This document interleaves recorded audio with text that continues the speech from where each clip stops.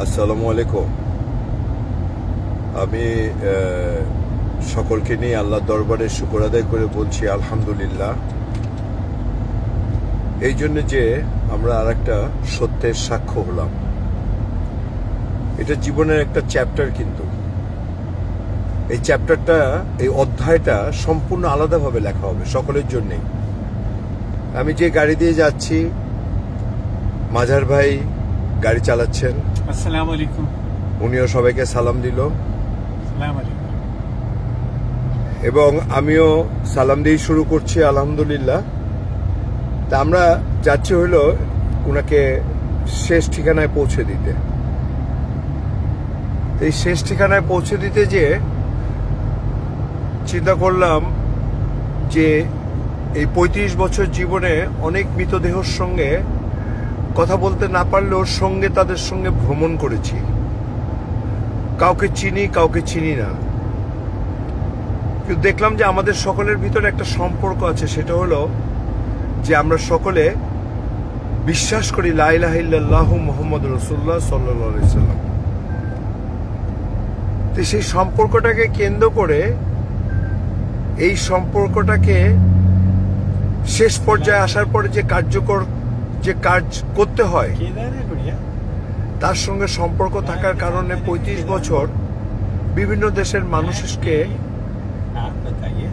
সঙ্গে যাওয়ার সৌভাগ্য আমার হয়েছে। আমি বিভিন্ন দেশে ঘোরারও সুযোগ পেয়েছি, কিন্তু ওনার সঙ্গে যে বিভিন্ন দেশের মানুষের সঙ্গে বা ওনার সঙ্গে যে আমার সম্পর্ক, সেই সম্পর্কটা নিয়ে চিন্তা করি লাইভে এসে কয়েকটা কথা বলতে চাচ্ছি। সেটা এক নম্বর হলো এই যে এই যে মানুষগুলি, তাদের সঙ্গে আমার কোনো পরিচয় ছিল না, কিন্তু এক একজন এক এক দেশে জন্মগ্রহণ করছে, কিন্তু আমাদের সম্পর্কটা অজান্তে লা ইলাহা ইল্লাল্লাহ মুহাম্মাদুর রাসূলুল্লাহ দেখে আমরা সবসময় জানাজাতে এসে একসঙ্গে মিল হয়ে এটা প্রমাণ করেছি যে আমরা সৃষ্টিতে বিশ্বাস করি, ধ্বংসে বিশ্বাস করি না। আমরা সম্পর্ক উন্নয়নে বিশ্বাস করি, বিরোধিতায় বিশ্বাস করি না। আমি এই কথাটা এই জন্য বললাম, মাঝার ভাই বলতেছিলেন যে দেখো আমরা সকলে আজান শুনে একই মসজিদে আসি, একই কোরআন পড়ি, একইভাবে জানাজা হয়, একইভাবে নামাজ পড়ি, একইভাবে সবকিছু বিশ্বাসও করি, কিন্তু আমরা যখন দোকানে যাই তখন ভিন্ন মতাবলম্বীর লোকদের বানানো জিনিস আমরা দোকান থেকে ব্যবহার করতে যাই, কখনো কোনটা বোধ করি না যে তুমি এটা কিনছো দেখে আমি কিনবো না। কিন্তু মসজিদে এসে যারা একসঙ্গে আজান শুনে, যারা একসঙ্গে কোরআন পড়ে, তাদের মতনৈক্য থাকলেও সেটাকে বাইরে রেখে যাতে সাধারণ মানুষের মাঝে যেন না আসে, সেটাকে যদি আমরা এখনো চেষ্টা না করি, তাহলে আমাদের ভবিষ্যৎ প্রজন্ম আরো অন্ধকারাচ্ছন্ন জায়গায় চলে যাবে। আজকে যাকে নিয়ে যাচ্ছি, যার বোনটার সঙ্গে যাচ্ছি, উনি হংকংয়ের। চায়না, হংকং এখনো যাওয়া হয়নি, কিন্তু তাদের সঙ্গে আমার এখানে বসে মিল হয়েছে। যে দেশকে আমি যেতে চাইছি, যেতে পারিনি, কিন্তু আল্লাহ তাদের সঙ্গে আমাকে এখানে একসঙ্গে ভ্রমণ করার সুযোগ করে দিচ্ছে। সেহেতু আমি সকলকে অনুরোধ করছি, একটু ঠান্ডা হয়ে ভাবি যে জন্মের নিয়মে যখন আমরা এক, বেড়ে ওঠার নিয়মে যখন আমরা এক, আমরা জীবন থেকে চলে যাওয়ার নিয়মেও যখন এক, তখন কেন আমরা এই মতানৈক্য নিয়ে নিজেদের ভিতরে ঝগড়া করে এই অল্প সময়ের পৃথিবীতে কেন দূরত্ব সৃষ্টি করব? তাই আমি সকলের কাছে আজকে এই জানাজাকে কেন্দ্র করে অনুরোধ করতে চাই, আসুন আরেকবার আমরা ভাবি, আমরা ঘৃণার নয় ভালোবাসার চাষ করি, কারণ এটাই আমাদের শেষ সম্বল হবে। তাই আমি সকলের কাছে অনুরোধ করছি, আমার এই অভিজ্ঞতাকে আপনাদের সামনে বলে যাচ্ছে এই জন্যে যে আমিও একদিন থাকবো না, কিন্তু যেহেতু আমি জীবিত আছি, এই বোনটা আমাকে আরেকবার কথা বলার সুযোগ দিয়েছেন।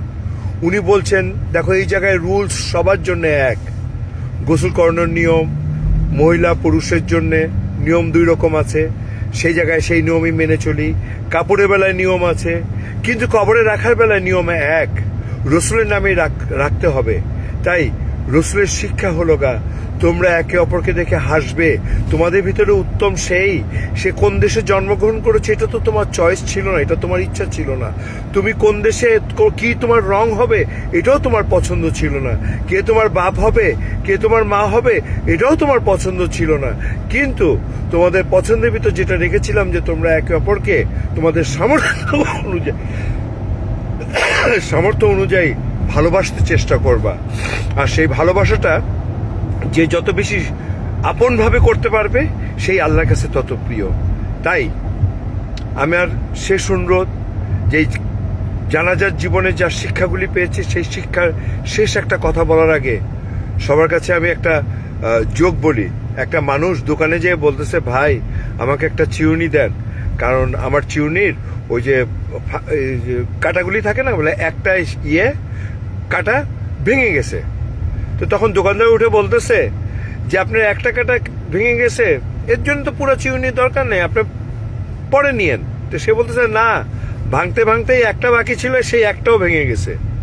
তো তার মানে এই একটা বাকি যেহেতু আমাদের এখনো আছে, তাই আসুন আমরা আমাদের নিজেদের হিসাবকে মিলিয়ে নিজেদের অঙ্কগুলিকে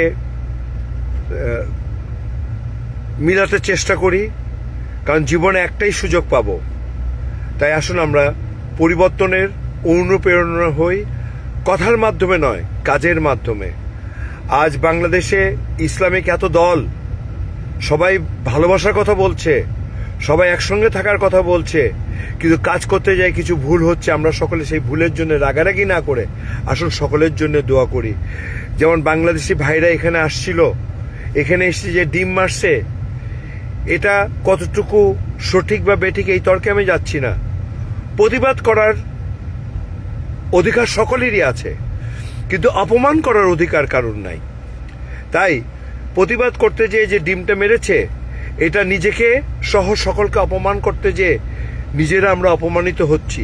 তাই আসুন আমরা এই অপমানের জায়গা থেকে মৃত্যুর পূর্বেই শুধরে নিয়ে আমাদের বাচ্চাদের কষ্টের ঐক্যমতকে তৈরি করে আমরা সকলে এক হয়ে আমাদের এই সুন্দর দেশটাকে চালায় স্বপ্নের বাংলাদেশ গড়তে চেষ্টা করি এই মৃত্যু আসার পূর্বেই। তাই আমি আমার এই বোনের পক্ষ থেকে সকলকে জানাচ্ছি, বোন বলছেন যে দেখো আমাকে গোসল করার সময় অচেনা মানুষ এসে গোসল করাইছে, তার ইচ্ছা করলে আমাকে চিমটি মারতে পারতো, ধাক্কা দিয়ে ফেলে দিতে পারতো, কিন্তু আদর করে সব করছে যেন আমি ব্যথা না পাই। কিন্তু এই দিন ব্যথা পেলেও আমি অতটা বুঝতে পারতাম না।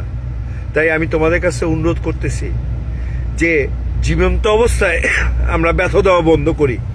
মরার পরে ব্যথা দেওয়া দিব না, এটা তো আমরা সকলেই জানি, কিন্তু জীবন্ত অবস্থায় যদি আমরা এটাকে পালন করি তাহলে আমরা সঠিক মানুষ বলে পরিগণিত হব।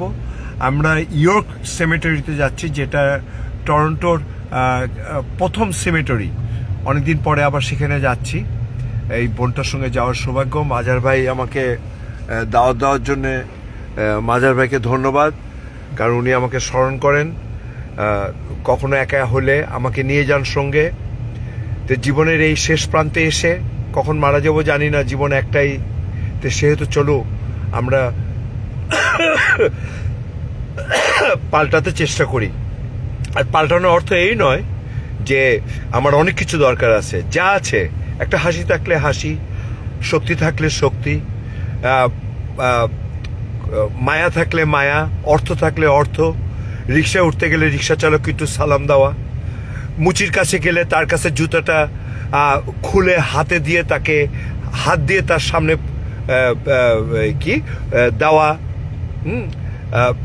চলার পথে মানুষের সঙ্গে ধাক্কা লাগবেই, সেহেতু এখানে ভালোবাসার যে টুকু আমাদের কাছে জমা আছে সেখান থেকে আমরা ব্যবহার করতে কৃপণতা করবো না, কারণ এটা সেভ করলে আমরা অন্য কারোর জন্য ব্যবহার করতে পারবো না। তো সেহেতু হিংসাটাকে, ঘৃণাটাকে সেভ করে রাখেন, ওটাকে ব্লক করে দেন। ভালোবাসাটাকে চলেন আমরা রিসেট করে আবার নতুন করে লগ ইন করার চেষ্টা করি। আর আমরা যদি এটাকে সুন্দরভাবে লগ ইন করতে পারি, ইনশাল্লাহ আমরা সকলে মিলে সুন্দর থাকব। বাংলাদেশের ভাই ও বোনেরা যারা এই যে নিউ ইয়র্কে আসছে, এত বড় অনুষ্ঠান হচ্ছে, কিন্তু এখানে দল আলাদা আলাদা অনুষ্ঠান করতেছে, এটা আমার কাছে মনে কষ্ট পাইছি একটু, কিন্তু তারপরেও তো একটা ভালো অনুষ্ঠান হচ্ছে, ভালো কথা হচ্ছে। সকলে যেহেতু এই ঐক্যের জন্যে এই এত হাজার মানুষ জীবন দিয়েছে, হাজার হাজার 24,000-এর উপরে মানুষ পঙ্গু হয়েছে যে ঐক্যের জন্যে, বিদেশে এসে তো আমরা এক মঞ্চে বসে একসঙ্গে কথা বললে তো কোনো অপরাধ হতো না। তাই এটা অপরাধও বলছি না, এটা হয়তো ভুলে গেছেন, কিন্তু এই মন মানসিকতা ডাকসু চাকসু যেটাই করি না কেন, সকলে যেহেতু ছাত্র, আর ছোটবেলায় শিখেছি সকালে উঠিয়ে আমি মনে মনে বলি সারাদিন আমি যেন ঝগড়াঝাটি করি, ঝগড়াঝাটি না, ভালো হয়ে চলি। তো সেই কথাটাকে ছাত্র হিসাবে কোন দলের আপনি, সেটাকে ভুলে যেয়ে যখন প্রকাশ করার চেষ্টা করবেন, তখনই হয়তোবা আপনাকে মানুষ ভালোবাসবে। তো এই ভালোবাসাকে নিয়ে হিংসা করার কোনো কিছু নয়। যার যোগ্যতা আছে তার ভাগ্যে ভালোবাসা উচিত, এবং সেই সঙ্গে যার যোগ্যতা আছে সেই যোগ্যতার মাঝে সে ভুলও করতে পারে। দোয়া করা উচিত যেন ভুল থেকে বের হয়ে এসে যোগ্যতম ব্যক্তিদেরকে পাশে নিয়ে তারা যেন দেশ এবং জাতিকে চালায় নিয়ে সামনে আলোকিত করতে পারে। কারণ এই যুবকরাই প্রমাণ করেছিল যে আমরা সৃষ্টিতে বিশ্বাস করি, ধ্বংসে নয়। যেটা বাংলাদেশের যে ঘটনাটা ঘটেছিল, এটা ইতিহাসের পাতায় অন্যভাবে লেখা আছে। এরাই প্রমাণ করেছিল দেখো আমরা কত বিবেকী, এরাই প্রমাণ করেছিল দেখো আমরা কত ক্ষমাশীল, এরাই প্রমাণ করেছিল দেখো আমরা কাউকে চিনি আর না চিনি সত্যের জায়গায় আমরা সকলে এক, এরাই প্রমাণ করেছিল আমরা বুদ্ধিমান, এরাই প্রমাণ করেছিল যে আমরা সাহসী, এরাই প্রমাণ করেছিল যে আমরা একে অপরকে হাত ধরে আমরা অন্যায়েরকে দূরে সরায় দিতে পারি। তাই অন্যায়কারী যারা, তারা প্রতিবাদ করতে পারে, কিন্তু হিংসাত্মক পথ বেছে নিতে পারে না। এবং সেম টাইম আমাদের সঙ্গে কেউ যদি হিংসাত্মক পথ বেছে নেয়, সেখানে আমরা ক্ষমার পথকেই বেছে নিব। এই শিক্ষাটা আমি যেদিন থেকে ইসলামের ছায়াতলে আসছি, আজকে 30 বছর পূর্বে শিখেছি এবং ব্যবহার করতে চেষ্টা করছি, এবং এটাকে দাওয়াতের মাধ্যমে পৌঁছাতেও চেষ্টা করেছি। তাই আমি সকলের কাছে অনুরোধ, যারা এই কথাগুলি শুনছেন, নিজের জায়গা থেকে পরিবর্তন করে আসুন আমরা সত্য এবং সুন্দরকে নিয়ে সামনে চলি। পরিবার, সমাজ, রাষ্ট্র, সর্বক্ষেত্রে আমি, তুমি আর সে মিলেই তো আমরা সকলকে সালাম দিব। আর সালামের অর্থ হলো শান্তি চাওয়া। আর সেই শান্তি চাওয়াটাকে যদি আমরা সঠিকভাবে নিজের আচরণের মাধ্যমে যদি ব্যবহার করতে পারি, আমি বিশ্বাস করি যে স্বপ্নের বাংলাদেশ আমরা দেখতে চেয়েছি, সে সুন্দর বাংলাদেশ আমরা দেখতে চেয়েছি।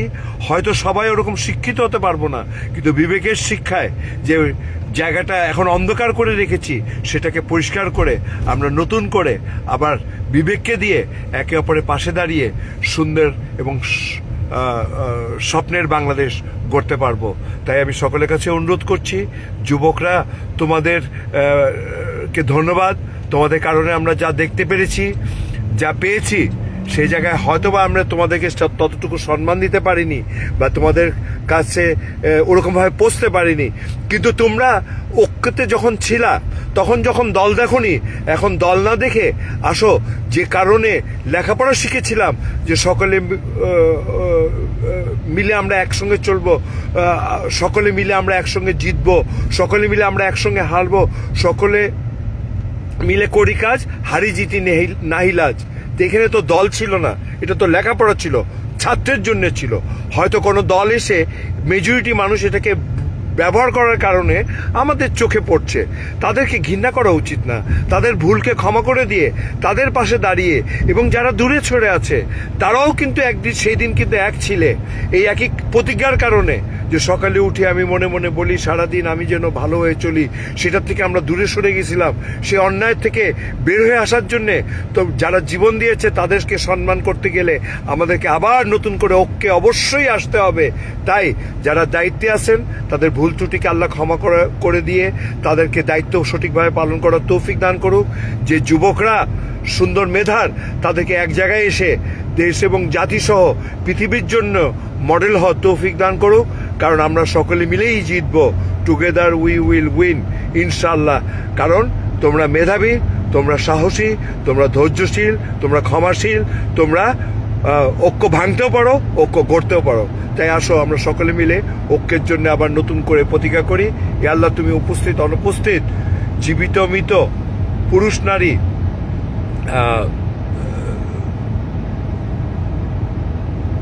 সকলকে তুমি দয়া করে মাফ করে দাও। আর এই বোনের কারণে আজকে যে কথাগুলি আবার নতুন করে চিন্তা করতে পারলাম, বোন যে সুযোগটা দিয়েছে, মাজার ভাইয়ের মাধ্যমে আমি যে সুযোগটা পেয়েছি, এখান থেকে আমি যে অঙ্কটা দেখলাম 2 এ 2 এ 4, ভুল করলে হয় 5, কিন্তু আবার 5 অ্যাড করলেও হয়, ভুল করলেও হয়, অ্যাড করা 5-এর মূল্য বেশি। তাই আমি আজকে শিখেছি যে আমরা যে দেশেই জন্মগ্রহণ করি না কেন, জন্মের নিয়ম, বেঁচে ওঠার নিয়ম যেহেতু এক, সেহেতু আমরা একে অপরের পাশে দাঁড়ানোটাও সুন্দর এবং সঠিক। তাই আমাদের দেশের আজান এক, কোরআন এক, নামাজ পড়ার নিয়ম এক, মাটি দেওয়ার নিয়ম এক। কিছু মত পার্থক্য যেটা আছে সেগুলো নিয়ে কথা না বলে মিলগুলিকে নিয়ে আসুন না এই মৃত্যু আসার পূর্বেই আমরা প্রতিজ্ঞা করি যে আমরা সকলে মিলেই একসঙ্গে বাঁচবো ইনশাআল্লাহ। আল্লাহ, তুমি উপস্থিত অনুপস্থিত সকলকে মাফ করে দাও, তুমি আমাদেরকে সঠিককে বুঝার তৌফিক দাও। আর মৃত্যু অবশ্যই আসবে, মৃত্যুর সময় তোমার সঙ্গে সম্পর্ক রেখে মৃত্যুবরণ করার তৌফিক সকলকে তুমি দান করো। ওয়াসসালামু আলাইকুম ও রহমতুল্লাহি ও বরকাতু। দোয়া চাই সকলের কাছে।